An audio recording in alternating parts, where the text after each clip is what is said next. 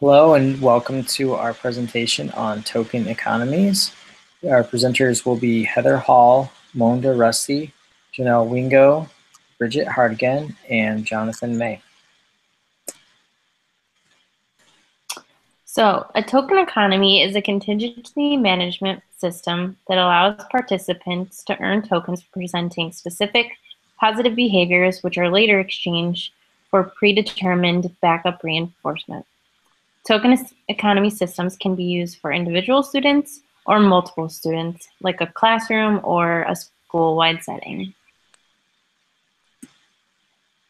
Here is a visual of the basic token economy cycle.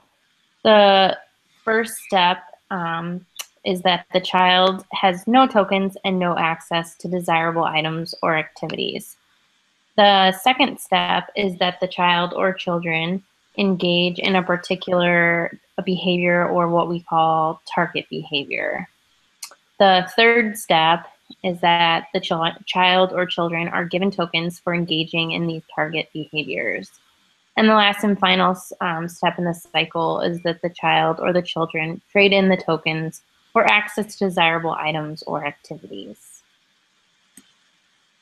So the next slide breaks down the 7 elements of a token economy. The first section is that you define and select the desirable target behavior to be strengthened. The second step is to determine the type of tokens to be used. And these tokens are to be used as condition reinforcers. So for example, the token could be something physical like a poker chip, or it could be a sticker or a star or a marble. Just kind of depends on the child or the children and what they like. The next step is to determine the backup reinforcers. The backup reinforcers are to be exchanged for tokens like sweets, free time, whatever they want to work for. Then you determine the reinforcement schedule. So the reinforcement schedule for token delivery. So are we reinforcing them for every correct response or every 3 correct responses? It all just depends on the child or the children. The next element is the exchange criterion. So how many tokens are needed to be exchanged for the backup reinforcer? So does a child need to earn 3 tokens? If it's a class setting, do they need to earn 10 tokens for the reinforcer? It all just depends. The 6th step is the time and place for exchange. So a time and a place for exchanging tokens for the reinforcers are determined. And then the last step is response costs, which is not always used, but this is just a penalty or a fine where tokens are taken away for engaging in inappropriate behavior. Okay, selecting and defining target behaviors. A token economy should be fun and motivating, so it's a good idea to take it easy at first. By selecting behaviors that are relevant and goals that are attainable so that the students can learn how the system works and to have fun with it. Requirements can be adjusted as students' behavior improves. You also want to make sure to clearly define the target behaviors so that it is easy for the students to understand and for the staff to observe. For an example, instead of maybe setting a goal like being respectful in the hallway, you need to be more specific and say, walk single file without talking. The last thing you want to do is just have a debate with the kids, so you want to make sure everything is clearly defined as what they need to do and what they need to follow. Okay, so now that we decided to define the behaviors and figured out what we're going to do, we need to create a token board. So there's a few things that you need to do in order to create the token board. 1, you need to decide the level of token economy system. Who is it created for? What kind of things do they like? So then you need to determine maybe the level the kid is at to figure out how many tokens are required for each reinforcement. It could be 2 if that's all they can handle, or if they can handle more, they can go up to 5 or even more than that. You want to create the token board with appropriate amount of boxes or spaces for each token. Then the 4th step is to create the boxes for reinforcer pictures. You want to decide the color of the token board, the font used, and the size. Print out the token board, laminate the token board, and then attach Velcro to token pieces. So then you're going to also create the tokens that are going to be used. You can use pictures, stars, stickers, marbles, poker chips. You can print those out, or if they're more of like a firm piece or like a block or something, you can use those, so then you wouldn't need to print those. And usually, most likely when you're printing the tokens, they're either going to be pictures, and mostly they're PECs. You're also going to want to laminate the tokens and then attach Velcro to the tokens and the reinforcer pictures. In order to create these boards, we also need to figure out what materials are needed. Boardmaker or Boardmaker Online is a great way to create the PECs and also the token boards.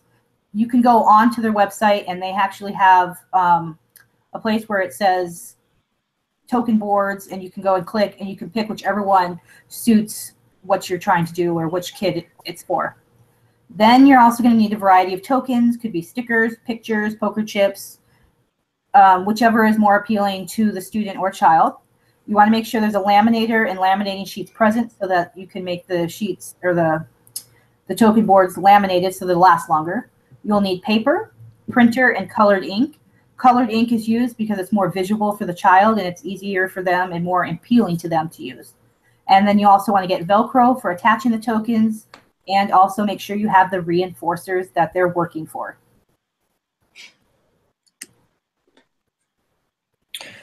Okay, I'll talk about a few things regarding selecting backup reinforcers.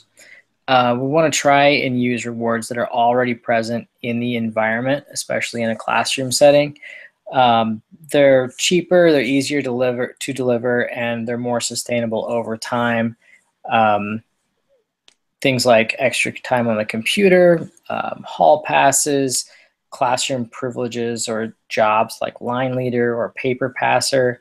Those are all things that are always going to be available to them in the environment, and it makes it easier in the future to fade out the token economy as their behavior continues to get better. There's going to be those students who that's not going to be effective for, and if those aren't effective, you can offer less natural rewards like candy, snacks, toys, trading cards, etc. Just try and keep them simple and small and easy to deliver. Next, we're going to kind of talk about the different types of token economies, from the individual token economy, classroom token economy, and a school-wide token economy.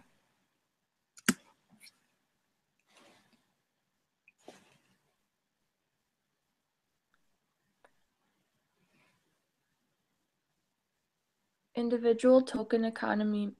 Students, especially those that are younger or require more intensive support, may benefit from token economy because activities are broken down into smaller lessons.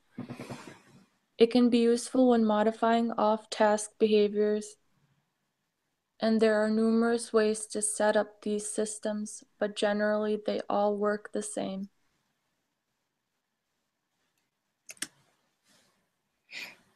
Classroom token economy helps sustain three concepts. Prevention is achieved by clearly posting expectations, therefore students will be aware of what is acceptable. Teaching involves informing students what the desired and expected behavior is and how it can be achieved.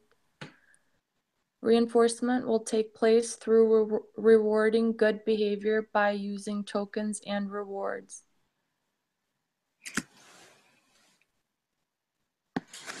School-wide token economy. Why school-wide token economy? It increases the likelihood that desired behaviors will be repeated, focuses staff and student attention on desired behaviors, fosters a positive school climate, and reduces the need for engaging in time-consuming disciplinary measures. How to develop a school-wide token economy store. A school store is a good way to teach students a valuable lesson on how to earn things for themselves. Students are more likely to follow rules and increase desired behavior when success relies on them. How will it work? Students will earn points or dollars to spend at the store. Points or dollars will be awarded when students meet expectations or reduce expectations. Store needs to be open only on a certain day or days. Rewards in the store can be tangible, privileges, and events. Tangible items such as bouncy balls, stamps, pencil toppers. Privileges could be VIP lunches, homework passes, or being line leader. Events can be pizza party, fun Friday, or a class party.